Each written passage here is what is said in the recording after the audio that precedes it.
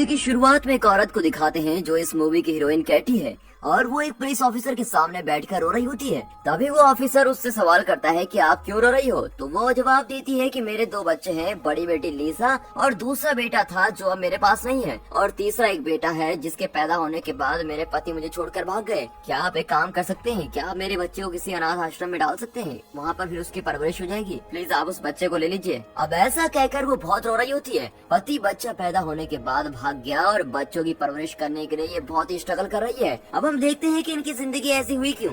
दिखाते हैं हमारी मूवी की हीरोइन कैटे वैसे कुछ परफेक्ट औरत नहीं है। सुबह रोज लेट ही उठती है और उसके उठने से पहले उसकी बेटी लीसा खुद ही दूध गर्म करती है और फिर अपनी माँ कैटी को उठाती है। फिर दोनों नाश्ता करके तैयार होकर स्कूल के लिए निकलती हैं। कैटी रोज अपने स्कूटर में लीसा को स्कूल छोड़ती है और जाते वक्त स्कूल बस को ओवरटेक करते समय पहले स्कूल में छोड़ देती है, जिसमें कैटी को खुशी मिलती है। अब इसके बाद अपनी लीसा को छोड़कर कैटी काम पर चली जाती है। तभी दिखाते हैं कि काम करने की जगह पर एक आदमी कैटी को घूर रहा है और कैटी भी उसको घूरती रहती है और देखते देखते दोनों में प्यार हो जाता है। कैटी जब सिगरेट पी रही होती है तो ये आदमी उसके पास जाकर सिगरेट मांगता है और उससे बात करने लगता है। अब ऐसे बात करते हुए दोनों एक दूसरे के साथ बाथरूम में टाइम बिताते हैं। पहले ये आदमी बाथरूम से निकलता है, उसके बाद हीरोइन, और इसी चक्कर में काम पर लेट हो जाती है। अब टीम का लीडर कैटी पर गुस्सा होता है कि तुम इतनी देर कहाँ थी, और कहता है कि जल्दी जल्दी अपना काम करो। इतने में कैटी बेहोश हो जाती है और इसी चक्कर में अपनी बेटी को 5 बजे पिक करने के बजाय रात को 10 बजे पिक करती है और 5 घंटों तक उसकी बेटी लीसा उसका वेट कर रही होती है। इसीलिए कैटी एक परफेक्ट माँ नहीं है।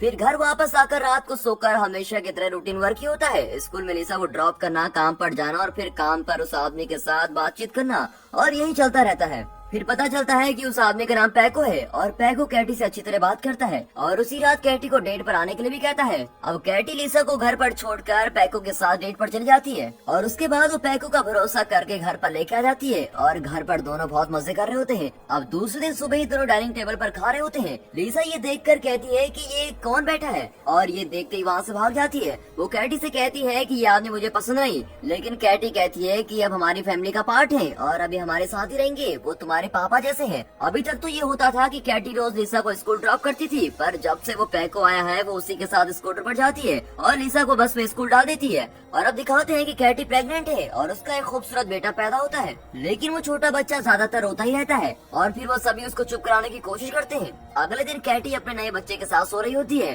तो सुबह पैको उठकर लीसा को स्कूल छोड़ने का काम करता है। अब लीसा को स्कूल में ड्रॉप करके पैको भी काम पर चला जाता है। स्कूल खत्म करके जब लीसा घर आती है तो देखती है कि पैको एक लड़की से कह रहा है कि आपके पास सिगरेट है और उसके साथ बहुत देर तक बात भी कर रहा होता है। अब ये सब लीसा देखती है पर वो कैटी से कुछ नहीं कहती। कैटी को हमेशा लॉटरी खरीदने की आदत होती है। वो एक लॉटरी खरीदती है और उसको चेक करती है पर हमेशा की तरह लॉटरी नहीं लगती और बेचारी के पैसे चले जाते हैं। उसके बाद पैको घर पर लेट आता है और उससे कैटी पूछती है कि तुम लेट क्यों हो। इस बात पर दोनों के बीच में लड़ाई हो जाती है। कैटी कहती है कि बच्चा पैदा होने के बाद तुम बदलते जा रहे हो, मुझे कुछ ठीक नहीं लग रहा। तभी पैको भी कहता है कि बच्चा पैदा होने के बाद तुम मेरा ख्याल नहीं रख रही। पैको कहता है बस यही बात है ना, करके दोनों गले लग जाते हैं। वहाँ से कट करके दूसरे दिन सुबह कैटी पैको से कहती है कि मैं आज काम पर जाती हूँ, तुम आज बच्चे को देख लो, और ये कहकर वो काम पर चली जाती है। अब वो बच्चे का ख्याल कुछ ऐसे करता है, पहले से रखे हुए दूध में थोड़ा गर्म पानी मिलाकर उसको पिलाता है और वो दूध पीकर थोड़ी देर बच्चा चुप हो जाता है। थोड़ी देर के बाद वो बच्चा पोटी करता है तो उसको साफ करने के लिए बच्चे को उलट पुलट कर देता है और बच्चा रोता ही रहता है। फिर शाम को कैटी काम खत्म करके घर पर आती है और देखती है कि पैको बच्चे को गोद में लेकर सो गया है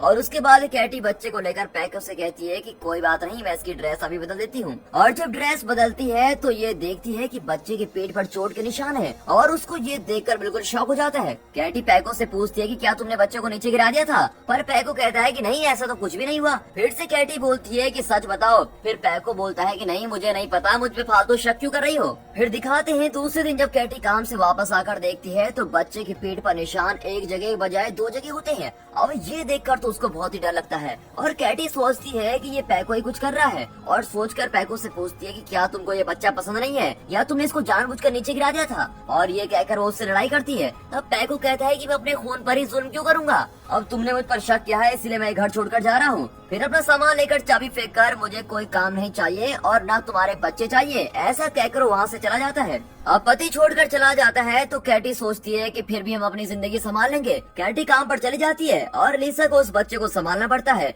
वो और भी जिम्मेदारी के साथ बच्चे को देखती है। फिर एक दिन लिसा कैटी से कहती है कि वो नहीं दिखाई दे रहा है। कैटी चेक करती है पर वहाँ पर वो बच्चा गायब होता है और जहाँ पर वो बच्चा था वहाँ पर खून भी लगा होता है। दोनों बच्चे वो कमरे में इधर उधर ढूंढ रहे होते हैं और बच्चे की आवाज आ रही है पर बच्चा दिखाई नहीं दे रहा। तो ये देखते हैं कि बच्चा कबर्ड के ऊपर बैठा हुआ मिलता है और वहाँ वो कैसे पहुँचा इनको ये बिल्कुल भी नहीं पता। अब कैटी सोचती है कहीं लिसा ने इसको ऊपर तो नहीं बिठा दिया और फिर इस बच्चे को उठाने के लिए कैटी उसको बुलाती है, रिकी आ जाओ।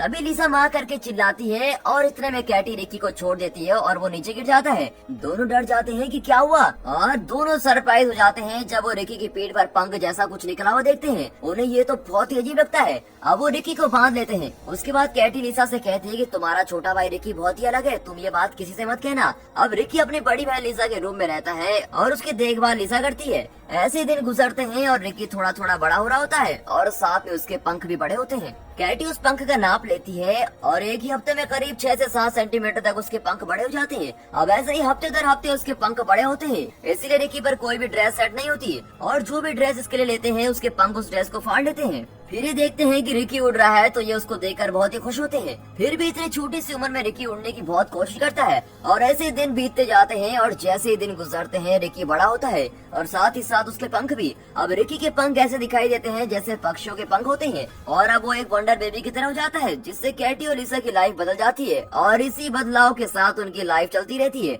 दूसरी तरफ दिखाते हैं कि कैटी लाइब्रेरी जाती है और वहाँ पर जितनी भी बुक्स पंख से रिलेटेड होती है वो सारी पढ़ती है और वहाँ पर पंख कैसे काम करते हैं वो पूरी साइंस प्रैक्टिकली समझ लेती है। फिर वो एक हेलमेट खरीद कर लाती है और रिकी को रेडी करके पहनाती है। फिर उसको पहली बार उड़ाने के लिए छोड़ देती है। रिकी पहली बार उड़ता है और कमरे के शीशे पर टकराकर नीचे गिर जाता है। रिकी को रोशनी और आकाश की तरफ उड़ने में बहुत ही खुशी होती है पर बार बार उसके पंख में चोट लगती है और हमेशा कैटी उसकी दवाई लगाती है। और वैसे ही दूसरे दिन कैटी हमेशा की तरह लॉटरी लेती है पर इस बार उसकी लॉटरी लग जाती है और उसको 1 लाख रुपए मिलते हैं। फिर लॉटरी के पैसे लेने के लिए वो कंपनी जाकर पैसे लेकर तीनों शॉपिंग पर जाते हैं। रिकी को सिर्फ 1 मिनट के लिए अकेला छोड़ जाते हैं और लिसा के लिए बारबी डॉल ले रहे होते हैं और इस तरफ वापस आकर देखते हैं तो रिकी ऊपर आसमान की तरफ उड़ने की कोशिश कर रहा है और शॉपिंग मॉल में यहाँ वहाँ उड़ रहा होता है। अब ये देखकर दोनों उसको पकड़ने की कोशिश करते हैं पर जिस तरफ भी दोनों उसको पकड़ते हैं रिकी वहाँ से उड़ जाता है और जो लोग आसपास होते हैं वो लोग फोन पर उठाकर उसकी फोटोज और वीडियोस बना रहे होते हैं और वंडर बेबी और पंख वाला बेबी करके फोटोज निकाल रहे होते हैं। उसके बाद एनिमल कंट्रोल टीम को बुलाते हैं जो कुत्तों को पकड़ते हैं। वो लोग लंबी लंबी सीढ़ियाँ लेकर आते हैं और उसको पकड़ने की कोशिश करते हैं पर फिर भी नहीं पकड़ पाते।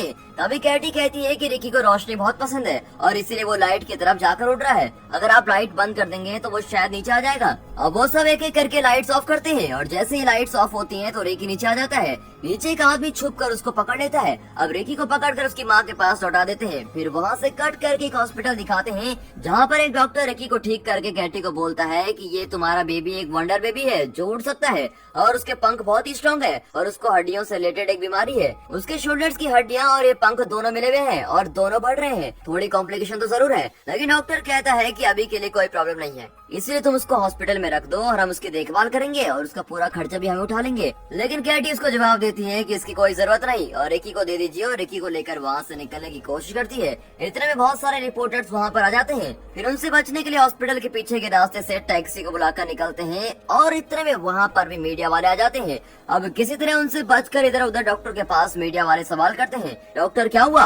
पर वो डॉक्टर कुछ भी नहीं कहता। अब ये मीडिया वालों को ये शक है कि कहीं ये फेक तो नहीं और इसके लिए वो प्रूफ ढूंढ रहे होते हैं। अब ये लोग किसी तरह घर आकर पहुँचते हैं। जब ये घर वापस आते हैं तो वहाँ पर इनके आसपास के लोग आते हैं और वो कैटी से कहते हैं कि इसके पंख दिखाइए। फिर वहाँ पर भी मीडिया इन तीनों को घेर लेती है। फिर ये कैसे भी बचकर घर के अंदर चले जाते हैं। अब घर के अंदर टीवी को ऑन करते हैं और टीवी में इनके बारे में चल रहा होता है। मीडिया इनको एक तरीके से पसंद भी है और नापसंद भी। दूसरे दिन सुबह उठकर देखते हैं तो और बहुत सारी गाड़ियां इनके घर के आगे खड़ी हो जाती हैं और सभी इनकी वीडियो बनाने का वेट कर रहे होते हैं। सुबह उठते ही भाई को देखने के लिए लिसा शीट को ओपन करती है। फिर से उठकर देखती है तो रिकी कबर्ड पर बैठ जाता है। तभी दरवाजा खटखटाने की आवाज आती है। अब ये कौन होगा ये देखने के लिए लिसा दरवाजा खोलती है तो देखती है कि पैको वापस आ जाता है। वो वीडियो में देखता है कि उसका वंडर बेबी हुआ है तो वो वापस आ जाता है। अब कैटी से माफी मांगता है और गले लगता है। फिर किसी तरह दोनों मिल जाते हैं। वो कहता है मैं अपने बेटे को देखने के लिए आया हूँ। घर पर पैको को देखकर रिकी डर कर उठ रहा होता होता है वो पैको के पास ही नहीं आता और फिर किसी तरह कैटी उसको पकड़कर संभालती है। पैको रिकी को ठीक से चेक नहीं कर पाता, फिर भी डॉक्टर को बुलाकर उसके पंख की चोट पर दवाई लगाकर उसको लिटा लेते हैं। तभी डॉक्टर एक्सप्लेन करता है कि इसके शोल्डर की हड्डियों से वो पंख बड़े हो रहे हैं, अगर हम इन हड्डियों और पंख का ऑपरेशन करके अलग कर देंगे तो कोई प्रॉब्लम नहीं होगी। और कहता है कि आप लोग कब रेडी हैं मुझे बता दीजिए। और ये सब कहते हैं कि हम थोड़े दिन बाद देखेंगे और उस बात को अवॉइड कर देते हैं। अब लीजा एक सीजर लेके पंखों को काटने को जा रही होती है, तभी वहाँ पर पैको आता है और लीजा झट से अपने बेड पर लेट जाती है। पैको आकर बड़े प्यार से उन पंखों को सहला रहा होता है। उसके बाद पैको डाइनिंग टेबल में कैटी के पास जाकर कहता है कि हमारे पास बच्चों की देखभाल करने के लिए पैसे नहीं है, इसलिए हम अगर 1-2 चैनल्स के पास इसका इंटरव्यू देंगे तो वो हमें इंटरव्यू के बदले पैसे देंगे, इससे हम काफी अमीर हो जाएंगे। अब किसी तरह ये बात सुनकर कैटी कन्विंस हो जाती है और फिर वो एक प्रेस मीट करते हैं। अपने घर के बाहर प्रेस मीट करवाने के लिए एक आदमी को लेकर आते हैं। वो आदमी इन सबको बाहर आने के लिए कहता है। पैको, लीजा और कैटी रिकी को लेकर बाहर आते हैं और सब मीडिया के लोग इनको गौर से देख रहे होते हैं। रिकी को एक रस्सी से बांधकर कैटी बाहर लेकर आती है। मीडिया वाले पूछते हैं कि क्या ये बच्चा उड़ सकता है, उड़ाकर दिखाइए। ये सभी ठीक है कहकर रस्सी से उसको बांधकर उड़ा देते हैं। तो रिकी बहुत ही खुशी के साथ उड़ रहा होता है। सब लोग उसको आश्चर्य के साथ देख रहे होते हैं क्योंकि उन्होंने आज तक ऐसा कुछ नहीं देखा था। रिकी ऊपर ऊपर उड़ रहा होता है और ये होता है कि उसको देखते देखते रस्सी छूट जाती है। रस्सी को छोड़ते रिकी बहुत खुशी और जोर से उड़ जाता है। बाजू में एक छोटा सा पानी का पुल होता है, उस पानी को छोड़कर बाजू वाले जंगल में उड़कर चला जाता है। थोड़ी देर पहले तक इनके पीछे लगे हुए मीडिया वाले सारे रिकी के उड़ जाने के बाद वहाँ से चले जाते हैं। अब बच्चा चला गया सोचते हुए कैटी बहुत रो रही होती है और सोच रही होती है कि मुझे रस्सी को नहीं छोड़ना चाहिए था, और ये सोचकर बहुत ही परेशान होती है और कहती है कि पैसों की ख्वाहिश में बच्चे को छोड़ दिया। वो उस रात वहीं पानी के उस पुल पर बैठकर इंतजार करते हैं, लेकिन वहाँ पर रिकी वापस नहीं आता। सब बात कर रहे होते हैं बस सब खत्म हो गया और पीछे मीडिया और पैको बात कर रहे होते हैं। पैको डॉक्टर से कहता है अगर ऐसा ही चलता रहा तो मेरा परिवार अलग हो जाएगा। तब उसके जवाब में डॉक्टर कहता है कि जब तक तुम हो ये परिवार अलग नहीं हो सकता, अगर तुम चाहो तो एक और बच्चा पैदा कर सकते हो। अब ये कहकर वो चला जाता है। उसके बाद ये लोग रिकी के गुमशुदा होने के पोस्टर्स लगवाते हैं और लोगों को देखकर उसको ढूंढने की कोशिश करते हैं, पर फिर भी रिकी नहीं मिलता।